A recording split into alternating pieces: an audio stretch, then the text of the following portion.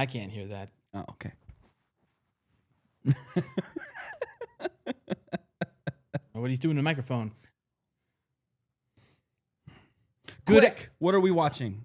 They don't tell us that. But if you want to, comment down below what you want us to talk about next episode, and we'll be sure to listen. Sure to punch that subscribe.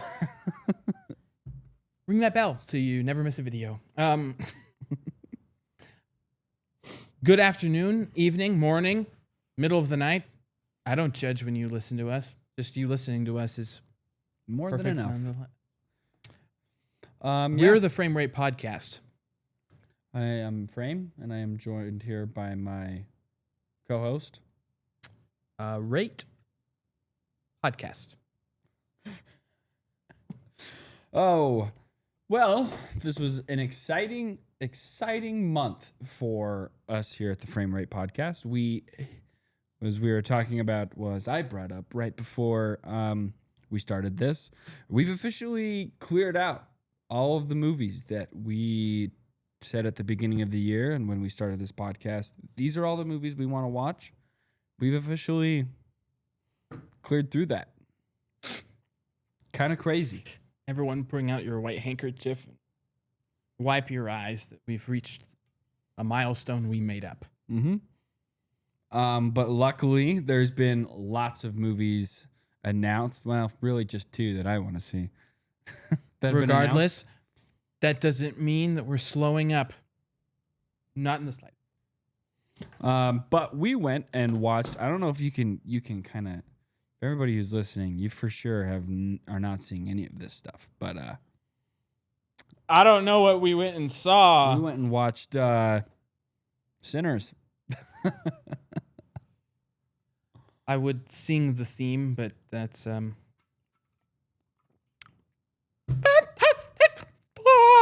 don't know if it's copyright, if we just are bad at it. no. It's a cover, and that's legal.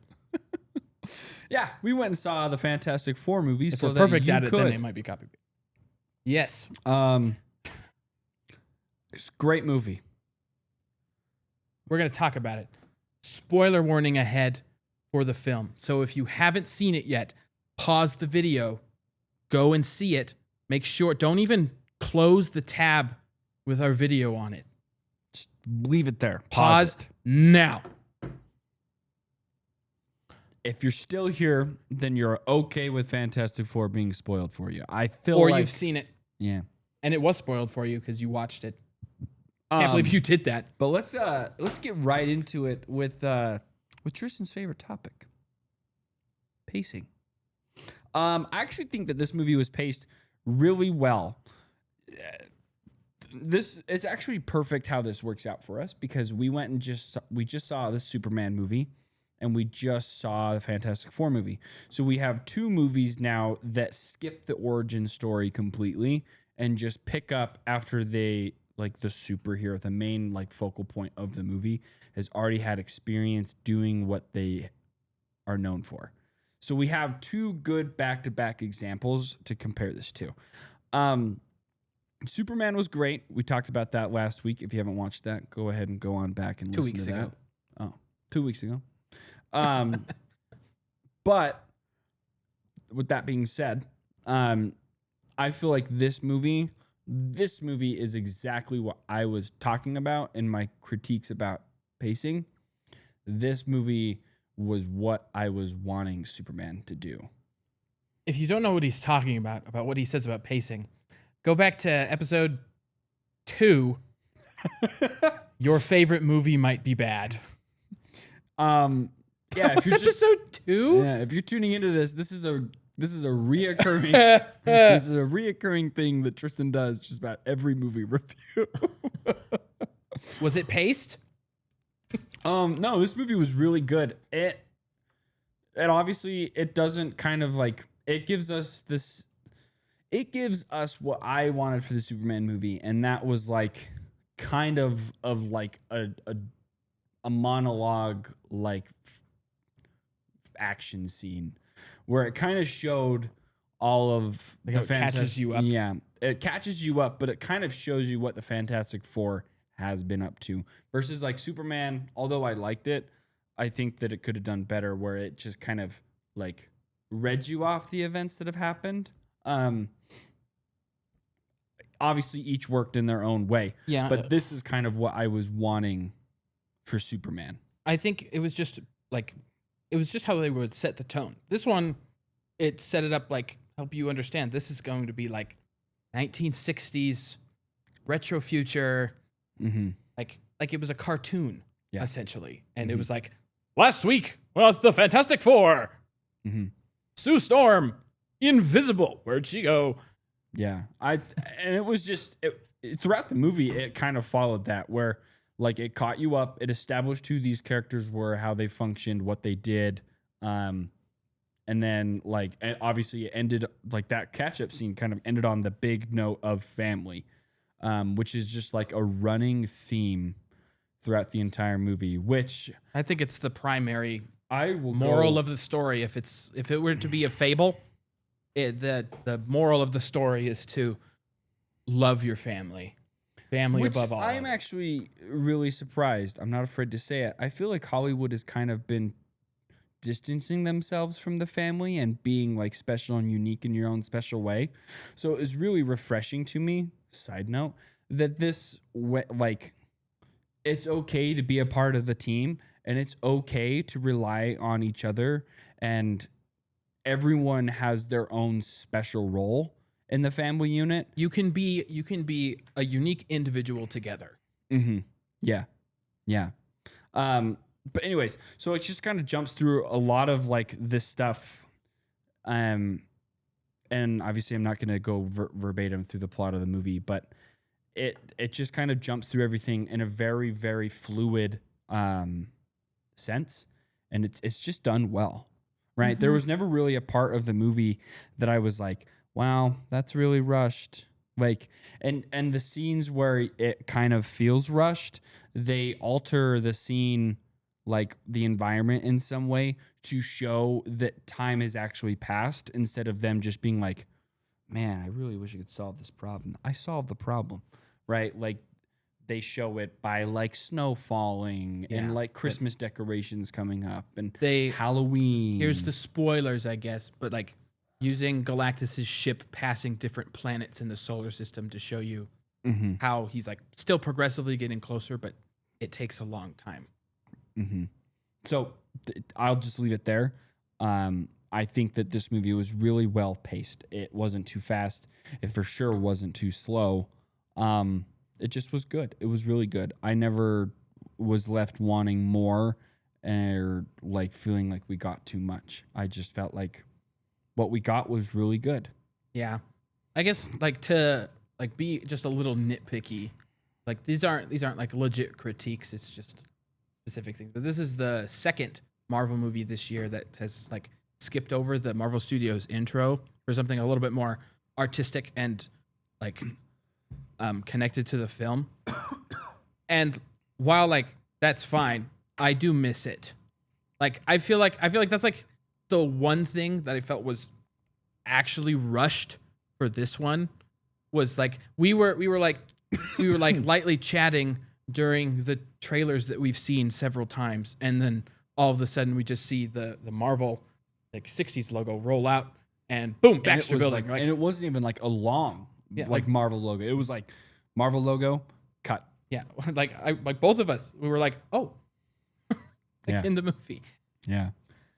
And I remember saying like I liked it because like you're not skipping anything. I knew that this is one of the shortest Marvel movies of all, however many they have now. Which is crazy to me because it didn't feel short. But I also know that there was a decent amount of things that were cut from the film, like Red Ghost, the guy with the super apes, one played by John Malkovich that you saw in the original trailer. He got cut from the film and whatever else. And just based on my initial viewing, I think that was a good decision because everything flowed great. I got the messages and the purpose of this story great. But I just miss Phase 3 and 4 I miss- Marvel Studios logo at the beginning. Yeah, I think It would always I get me think hyped for the part of the film. reason why I miss is that I miss going to watch Marvel movies and trying to understand and figure out how this fits in on the big picture. Uh-huh. That's something I don't know if any of you have actually ever listened to my previous podcast, but that was something that I always talked about there when Marvel movies came out post Endgame, and that's something that me and Trevor have talked about a lot here, where it's been really difficult lately. They've done a little better. They've done a little better in the most recent year. The and a last half. 2 that they've had with Fantastic Four and Thunderbolts are the best they've had in a very long time. But it's been Shows and all. it's been hard to kind of tie everything together, there's nothing that's really bridging these movies. Yeah, it doesn't feel like it's leading to anything. Which big example, The Celestial, right? The Celestial showed up in 2020 when Eternals, is that when Eternals came out? 2021. 21 when Eternals came out. And that was not touched up until this year. I mean, when Captain America came out. Look at Shang-Chi. You remember him? Mm-hmm. He's been in his own movie and nothing else since. Right. I know he's going to be in Doomsday, though, so I'm excited to see him again. So it's just, But that's something. I 100% blame Quantumania. Recently, Kevin Feige came out and said that they, at Marvel, just realized that Kang was not a big enough threat for a whole saga of MCU to lead to that.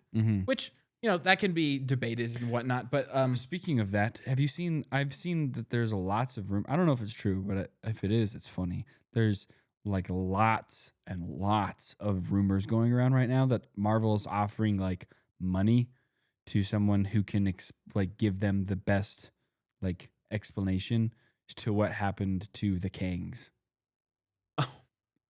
to come up with something. Yeah, why they're no longer a thing, to come up with it. Marvel will pay them. I don't know if it's true, but I think that is one of my idea to throw out there. Obviously, it's probably dangerous to just throw this out there right now, but now that we've introduced Reed Richards, haven't the John Krasinski Reed Richards use the ultimate nullifier on Kang and wipe all of him from existence or something. I don't know, but but I wouldn't be surprised if they want to bring Kang back in a different way. Like in actual Secret Wars, which when they make Secret Wars, it's not going to be exactly the same. I know that. I just reread the novelization of the comic series for Secret Wars not too long ago. There's a lot of characters in there that Marvel would have to again cram way too much in way too quick of a time, like Phase 4 and 5 did, that tanked them for that to work. I don't think they're going to do that. Personally, I think that Doomsday and Secret Wars are going to be a part 1 and part 2 thing, like it was originally when they had first announced it. When they had said that there was going to be Avengers something. I don't remember what they had said. I think it was Secret Wars, actually. Yeah. It was Secret Wars Part 1 and Secret Wars Part 2, and then they renamed both of them to Doomsday and Secret Wars. But we're not talking about that today. Yeah. No. So kind of actually digging into this. I want to talk about probably my favorite thing about my favorite thing is Ben Grimm. Yeah. Anyway, I have two had to get one out there. I have 2 favorite things, but I'm not going to talk about there was the only second one until later on. But I enjoyed the soundtrack. Oh yeah. Michael Giacchino, if you give him a movie about a superhero with super strength, a superhero with elasticity, a superhero that can make force fields, and a superhero that will set himself on fire, he will make a good score for you. Yeah. If I had a nickel for every time I had to make a score about these things, I'd have 2 nickels, which isn't a lot, but it's strange that it happened twice. Actually, I guess he's did it 3 times, but same franchise with Incredibles. Couldn't tell that's what I was talking about. Michael Giacchino did the score for Incredibles. But it was really good. The entire time. And if it was also titled an adjective, The first score was incredible, and this one was fantastic. I'll let myself out. That was the stupidest joke I've ever heard. No, the score was great. Like it reminded me, and I know that I don't know if probably a lot of you are not going to catch this and like understand it. But for people who do, mainly my brother, I know you don't listen to these, but if you catch this part, you know what I'm talking about. This reminded me of, for some reason, like Fallout 4, like the opening, like the sound technology and Yeah. I've never played the Fallout games, so I'm just gonna blindly agree with you. Well, people at home, you can debate him if you've played Fallout 4. For people who knew Fallout 4, like they kind of follow the same theme. Fallout 4, like they discover nuclear technology from the 40s, like World War II, and then instead of using that to blow things up and make weapons of mass destruction, the United States basically uses it to like hyper industrialize America. So like everything is like 50s looking, but it's it runs off of like it's all high tech.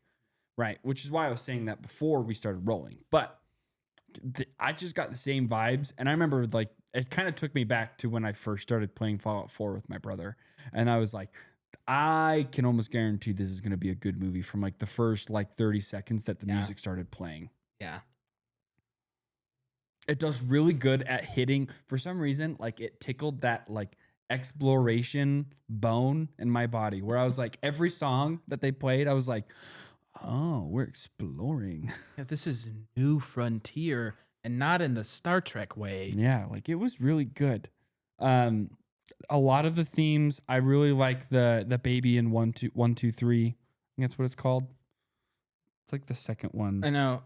The one thing I guess about the score is that as clever as every title in the soundtrack testing, is, 1 2 3. it is really difficult to know which one I should pick if I'm looking for a specific part that I heard that I liked. Mm-hmm. I have to be like, well, this one mentions Galactus, so maybe this one. Mm-hmm.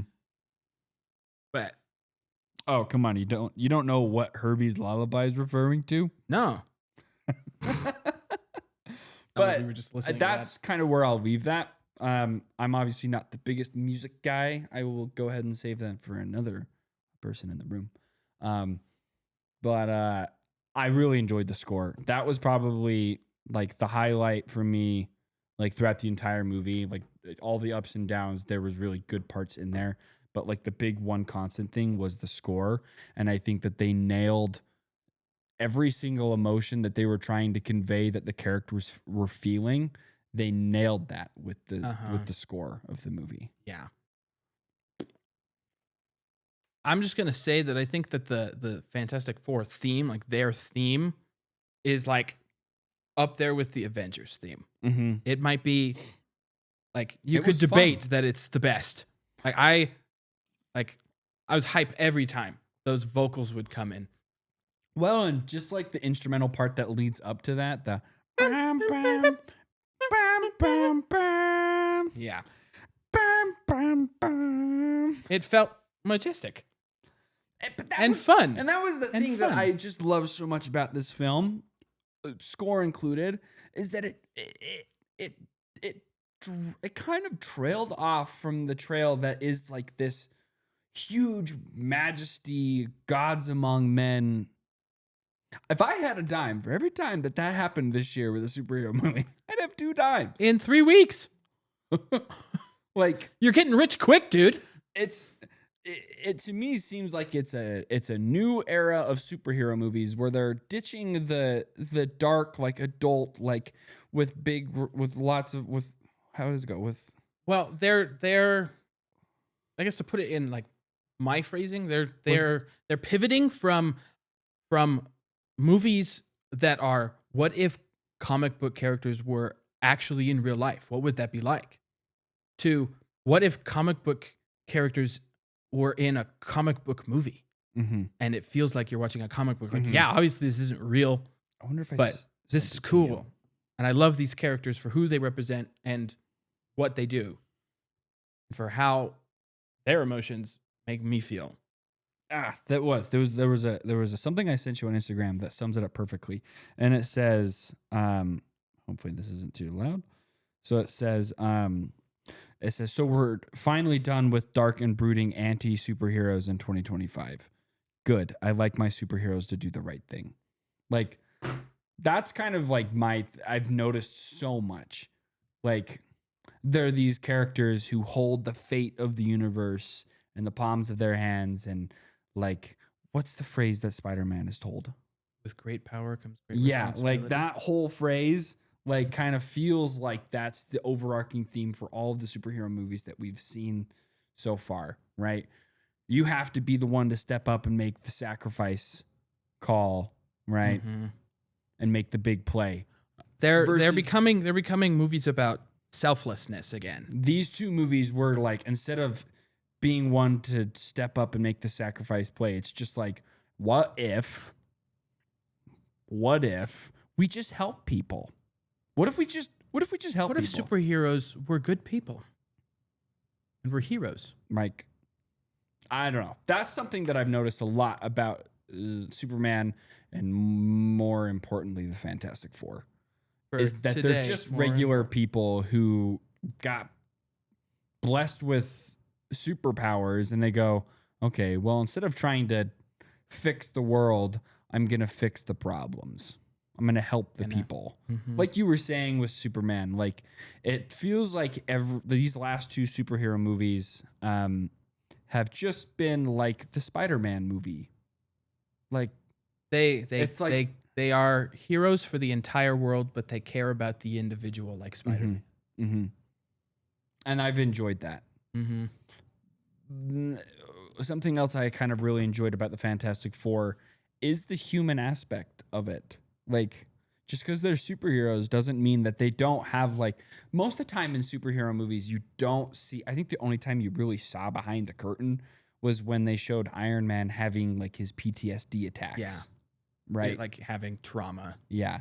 But other than that, you don't really see much. And if they do see it, it's kind of like a couple seconds, and it's not like crazy big versus like this movie. And I know I've been talking a lot about Superman when we're not supposed to, but like this movie in Superman, they show the human side of these people. Like, behind the curtain, they have struggles. I will add Thunderbolts to that exponentially more so, because that's like the primary theme of Thunderbolt is human emotion and human struggle, and still being able to conquer those together. Yeah. So like Thunderbolts and Fantastic Four were both family movies, like about Yeah. families, but just different varieties, like Yeah. real life. Yeah. It's been awesome to watch. 2025 has definitely been like a big, like, groundbreaking year, I feel like, for just like personal movements that people have been feeling. Like, they're tired of it. It feels to me like people are tired of like trying to express their originality and individuality. And now it's like, it's okay to rely on other people, and, you know, the friends and the relationships. Obviously, not everything's perfect in real life, but Yeah. the relying on each other. I don't know. I've been enjoying it so much, especially as someone who's started a new family and has had to learn to rely on someone a lot. It's been hitting really close to home for me. I mean, I know that like that was like a major theme for this movie. Outside of just like relying on your family, it was about parenting and about being a new parent and what it's like for a new parent to like how they love their child. Yeah, that was actually something. Disclaimer: Tristan's a little more in touch with his feels than most men out there. I cry when my heartstrings get tugged on. I cry. This is the first and probably only movie ever made by Marvel that I have cried about. Not out of like sadness because my favorite character has died, but because of how real this movie felt, there is a lot. I remember calling my brother, and I remember telling him on the way home, like, because Grace had fallen asleep, so I couldn't tell her this. So I was like, I have to tell somebody. I called Aiden, my brother, and I was like, this movie is heavy. And not in the like the superhero fighting supervillain heavy, like I came here to watch the Fantastic Four beat up some supervillain and save the day. I did not expect to get a lesson on how to be a good dad and how to like get my concerns understood and spoken. There was so much in here that I felt like I related to so much. The scene where Franklin is born on the ship and how like everything is just kind of coming. It's all crazy. It's super hectic, but everything is really coming down to that moment. And how scared Reed and Sue are. And then like how peaceful everything becomes and how like the music stops and it's just silent and all you hear is Franklin cry. Like that was crazy to me because as everyone hopefully knows, and if you don't, I just became a father 4 months ago, and being in the room, as any father would know, being in the room with your wife is really, for me, it was really scary. Because I was taught my entire life that the closest that your wife will ever be to death is during like childbirth and pregnancy.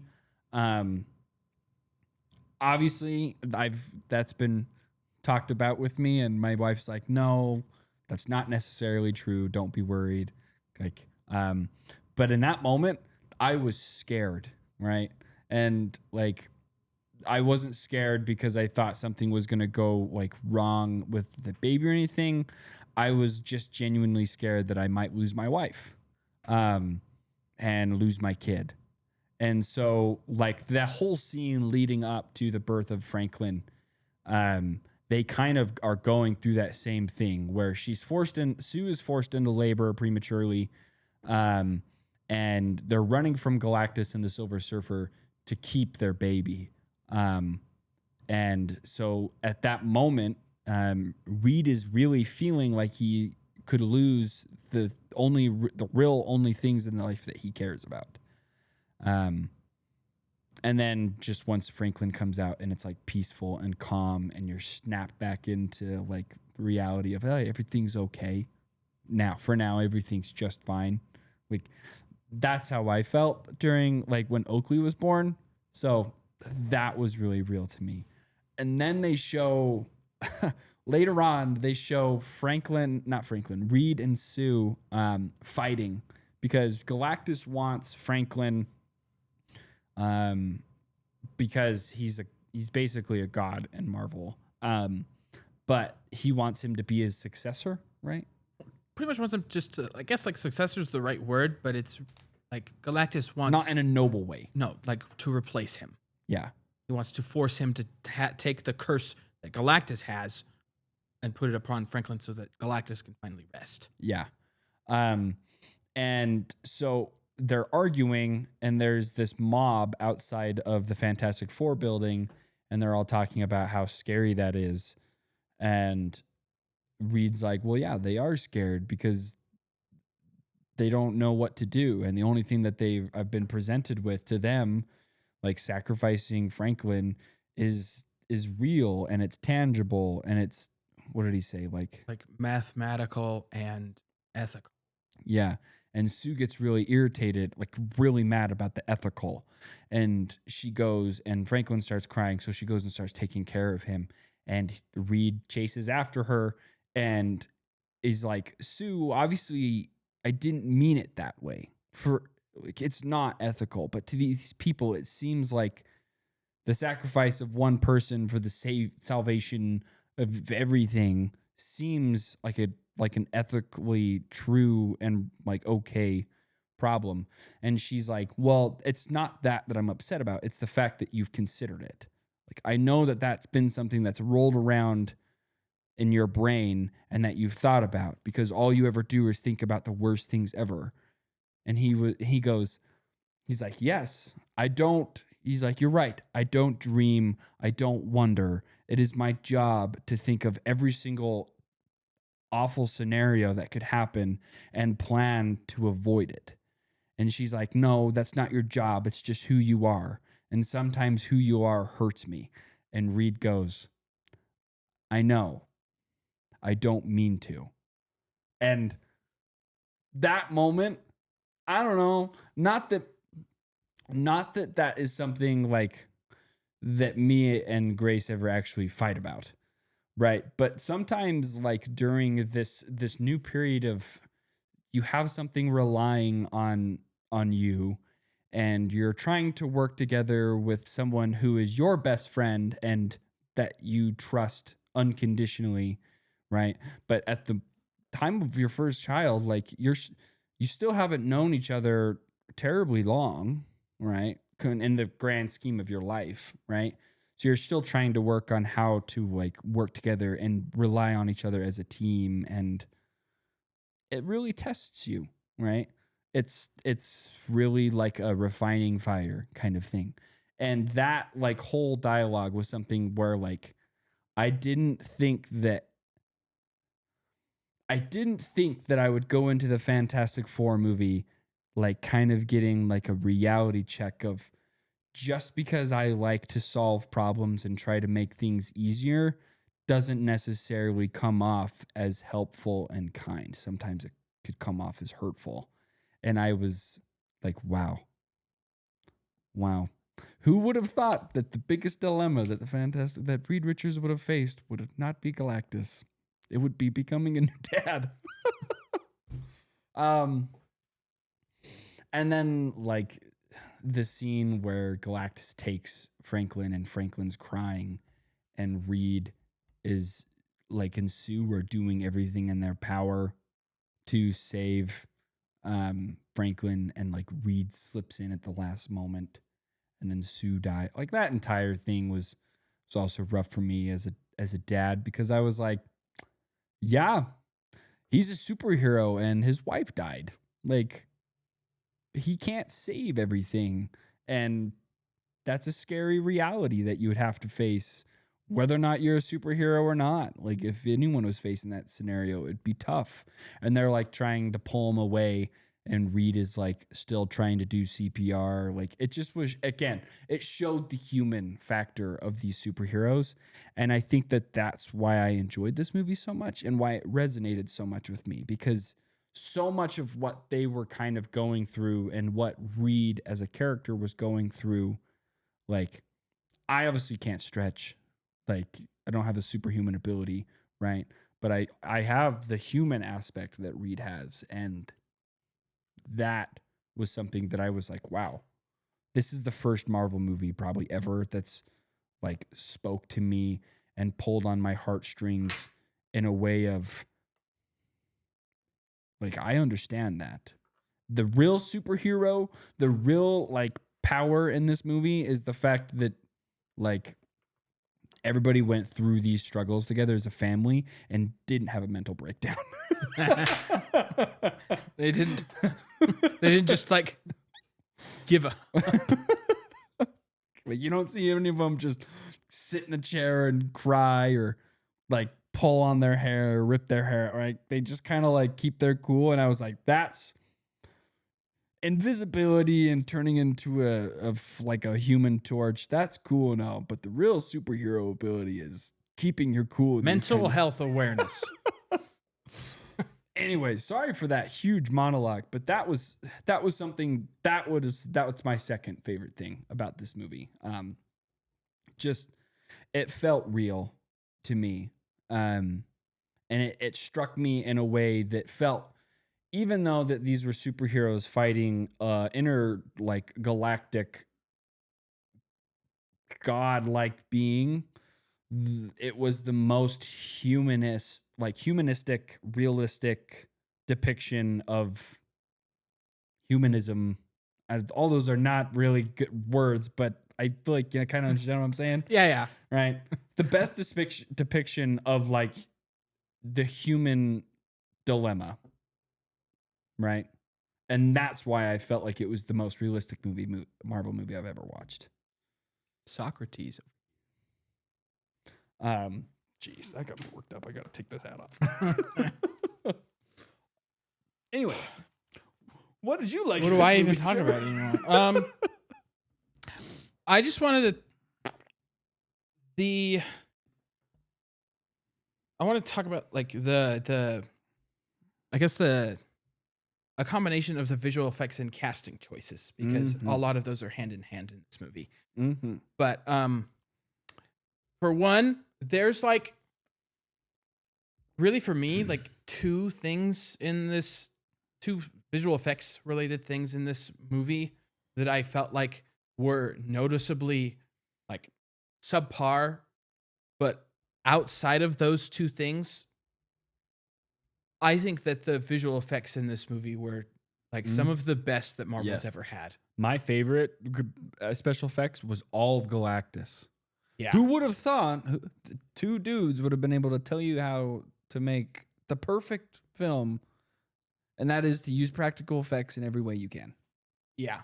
For people who don't know, Ralph Ineson, the guy who played Galactus in this film, for one, might be one of the greatest villain casting choices of all time. Mm-hmm. Dude's presence on top of his incredible voice, It he was excelled. scary. I was genuinely fearful when he first showed up. Yeah. So props to props. Mm-hmm. Anyway, they built kind of like a miniature city for him to walk through, and he wore a practical Galactus suit. Obviously, he's essentially doing performance capture, and he's being touched up on because you can tell his mouth and his eyes are not real. But and like the weird like cubing of his face and but stuff. like his movement and the armor was real. Mm-hmm. Yeah. Really cool stuff. It kind of gave me a remnant, like him especially, because like the Fantastic Four, they're just kind of wearing sweaters. So they're obviously, yes, their costumes are real, but that's because there's not really much to it. Yeah. But like the way Galactus like moved and looked and interacted with everything was very reminiscent of like the first Iron Man to me. And the Silver Surfer, Mm-hmm. I think her CGI was like Avatar levels of realism. Mm-hmm. Like she looked like she was made of metal. Way better than the first Silver Surfer. Yes. I mean, obviously I don't knock that one for being in 2005, but like props to Doug Jones for being covered in silver makeup for months on end. Yeah. But Julia Garner? Yeah, Julia Garner. That's right. Julia Garner. She killed it. Mm-hmm. She did a very good job of being cold and emotional as a herald of Galactus. And I guess that is perfectly coincided with how the Human Torch looked. He looked right out of the comics. He looked great. Mm-hmm. The glowing eyes, the fire looked really good. How fast he moved, him shooting. I thought it was really cool watching when like the very beginning, because I don't know what it makes sense, but it was never something that I like thought that he could do when he absorbs the fire from the burning building. I thought that was cool. Yeah, seeing powers used in a unique way is so dope. Like another, I guess, kind of a humanizing part, being creative with the abilities you're given. I really enjoyed the casting of Pedro Pascal as Reed. I know that he's kind of been in the been in the spotlight for weird reasons recently. Yeah. But all of that aside, And he's just been in so many things. I enjoyed. I was really skeptical of how he would do. I became less skeptical when I saw him play Joel in The Last of Us. But he nailed this part really well. Yeah, I thought he did a really good job of being like showing that like his extreme intelligence is almost a burden, It's like a curse. and like Yeah. he's like really awkward. He like puts everything on himself, and he feels like everyone getting these powers was like his fault. And so I think that's the reason why you don't see him using them super often Yeah. in the movie, because he just feels bad about it. Yeah. Especially since the Thing, Ben, is his best friend, and Ben, obviously, it's way more so in the comics, but is like extremely depressed because of how malformed he is. Mm-hmm. Yeah. And I also all of them were casted really well. I thoroughly enjoyed Vanessa Kirby. Mm-hmm. I think that she might was have had probably- the strongest I think that performance. she was probably my favorite. Like, yeah, I think she was probably my favorite. But there wasn't ever like any parts of the movie that felt like, oh, we're watching. Because a lot of people were worried because they talked about how Sue was going to be more of like the main character than the other ones were. I know there's a couple like reports that came out and said that. I feel like they actually did a really good job in this movie of like kind of sharing the load. yeah, like, it- every They character made the got their movie own. about 4 characters versus like one character. Like the first Fantastic Four is kind of like Reed's film and everybody else is thrown into it. Yeah, I want to give props to Eben Moss-Backrack, because like something that didn't even cross my mind until after I saw the movie and I've just been thinking about it is that like something that I haven't seen anybody complain about is the Thing's accent. It's like written in stone that he talks like this. It's clobbering time. Mm-hmm. Hey, stretch. But no, like the Thing is he's like the calmest of everybody. Mm-hmm. And he's the one who should be the most angry at how Well, in he the looks. first Fantastic Four, for whatever reference this is worth, he's angry Yeah. all the time. And that's not like inaccurate. Mm-mm. You would usually probably expect that. Mm-hmm. So like I really appreciate how they did the Thing, and his design is perfect. Yeah. Big eyebrow bone is Ooga. the The best. Ooga Booga Bone, as the gardeners say. That's I love what the I beard. want. The Yeah. beard was my favorite. Yeah. I think like, seeing it in the trailer, I was like, oh yeah, like he has a beard in some instances in the comics. Like that's not like anything that's a wild choice, but like The fact that it shows the up, reason that like, they this- and have one is so the funny. fact that it shows up in the second act and then just like continues its way throughout the rest of the movie, I loved. Uh-huh. Like how he thinks that Johnny's opinion of what's cool and what isn't is important to him. And that's actually something I really enjoyed a lot, is that Johnny isn't an ass. Yeah. Because in all of the other, he in all really the other is- depictions of the Fantastic Four and then the Fant Four Stick, like he's kind of a jerk. Like he's really cocky. Mhm. In this movie, like he acts cocky and all He that stuff. and really is like a little brother yeah. who's just like you suck, but deep inside you know that he doesn't think that. He Yeah. still loves you, Yeah. and like he's disappointed when like you're late for dinner, Yeah. like and all. And it was fun watching him and Ben Grimm interact with each other. I was like, this is so cool because it's not anything like the other films where they like they're piss, constantly like, bickering at and each other and stuff. like, they It was can't possibly really- work together. It was really fun to watch. I was like, it really sells the family theme that they were going for. Like, people can get on your nerves, but also like you kind of care what all of them think. Like the fact that he was trying to reach out all the time to Reed, just about like the spacesuit or to talk to him about stuff. Like and he being wanted to upset be when- involved, and Yeah. but like he wasn't like. Yeah, I was disappointed when Reed like brushed him off because he was busy, because he was stressed about having a child. But like he didn't go and complain about it to literally every other member. Mhm. He went into his room and he figured it out himself. Mhm. Yeah, I thought it was That really was a good.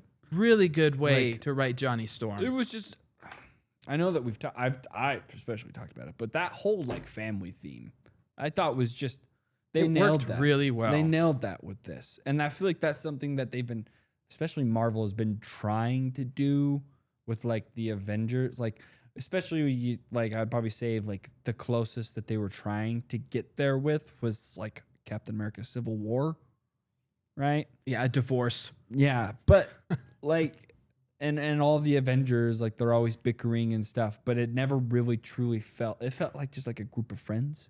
Uh-huh. But like this one I was like, yeah. You can work as like the family vibe. That fits a Marvel movie really well. Especially with Marvel's first family, Mhm. which I think like if they didn't try to go for that, then it would not have been received well at all. Mm-hmm. But I guess as we're nearing the close of this episode, just like what was your favorite scene in the movie? If you've thought about that at all. Are we going like visually? Just at all. Like Well, what scene did you like the I most? really enjoyed like the whole escape sequence. Yeah. For the one reason that I obviously pointed out earlier, but also just like visuals. But I think what I enjoyed the most, I don't know. I would probably say, I think that I know which one is yours because I know what movies you like, and I know that you like Interstellar a lot. You don't have it. Okay. I liked the black hole scene and like using the Invisibility to cloak themselves to make her and like them reaching the speed of light and catapulting themselves out of the system and watching like the ship deteriorate and everything. Yeah. That whole like stuff, that was really cool. I Yeah. love, I'm a kid at heart. I'm a boy. I like space. Space is cool.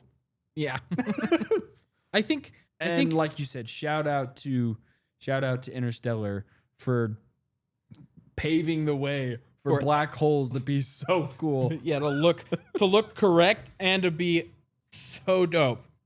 I think just to touch on that scene, I think from like the parts of movie making that if you're talking about every single one of them at once, that is the best scene in the movie. I think that like visually, perfect. Acting, great. Sound, great. Visuals, great. Like I felt an incredible amount of tension, like heart coming out of my throat, kind of edge of my seat, like, oh my gosh, how are they going to get out of this? I just watched the Silver Surfer get stretched into spaghetti in a black hole. Mm-hmm. That was cool. Mm-hmm. But personally, my favorite scene was Shalabal's backstory. Mm-hmm. Was That was cool. Johnny confronting the Silver Surfer, like chasing her through the city while playing recordings of her home world in her language and then him speaking her language, just like that connection. But like Johnny's no longer like trying to get with sexy alien. Mm-hmm. He's trying to save his planet and save his nephew. Mm-hmm. And like the way the music builds up, the way that you're constantly hearing the voices and like you're seeing her backstory and how that works and how she became who she was, and Johnny trying to come to her and plead to her to like direct Galactus away from this world or let Mhm. me sacrifice myself to save this. Mm-hmm. I will be a hero. Yeah. Like that one got me. Mm-hmm. Especially like, right at the end when, you're having just an increasingly more close up into Silver Surfer's face until she finally like primal scream because of she can't contain her emotion, rockets up to space to process, and Johnny comes up there and continues to confront her, but it just becomes a lot more like it goes from being really tense to just being really serious and Yeah. emotional. I think what my last thing, I think with that and with, they did really good at leaving me on the edge of my seat the entire movie. There were so many scenes like the black hole and that one, and then when Galactus is marching through New York, like there was so many times where I was like, how do they make it out of this? Every time they try a solution, it gets foiled, right? And they have to kind of like wing it. I thought that was really good. Yeah. Enjoyed that. Yeah, this movie was extremely solid and extremely great. Marvel is back, baby. Yeah. I think that Marvel is back not just because like they're starting to make quality movies again, but just because like fan reception is having people debate about comic adaptations of characters again, Mhm. like they used to with Thanos and with Ultron. Mhm. And like with the post-credit scene with Doom, people are finally like hyped for the next Marvel movie again. Mhm. That hasn't happened since 2019. Mhm. So I'm really hoping that whatever, like, I guess their next project is Doomsday. I hope that the Russo brothers can direct the Fantastic Four in a way that feels the same. They're still a family, and that they're able to communicate with the other Avengers Mhm. in a way that feels Mhm. normal and right. Mhm. But Well, we'll leave that with you here. thank you for watching this episode of the Frame Rate Podcast. How do you think this episode went? Great. That was fantastic.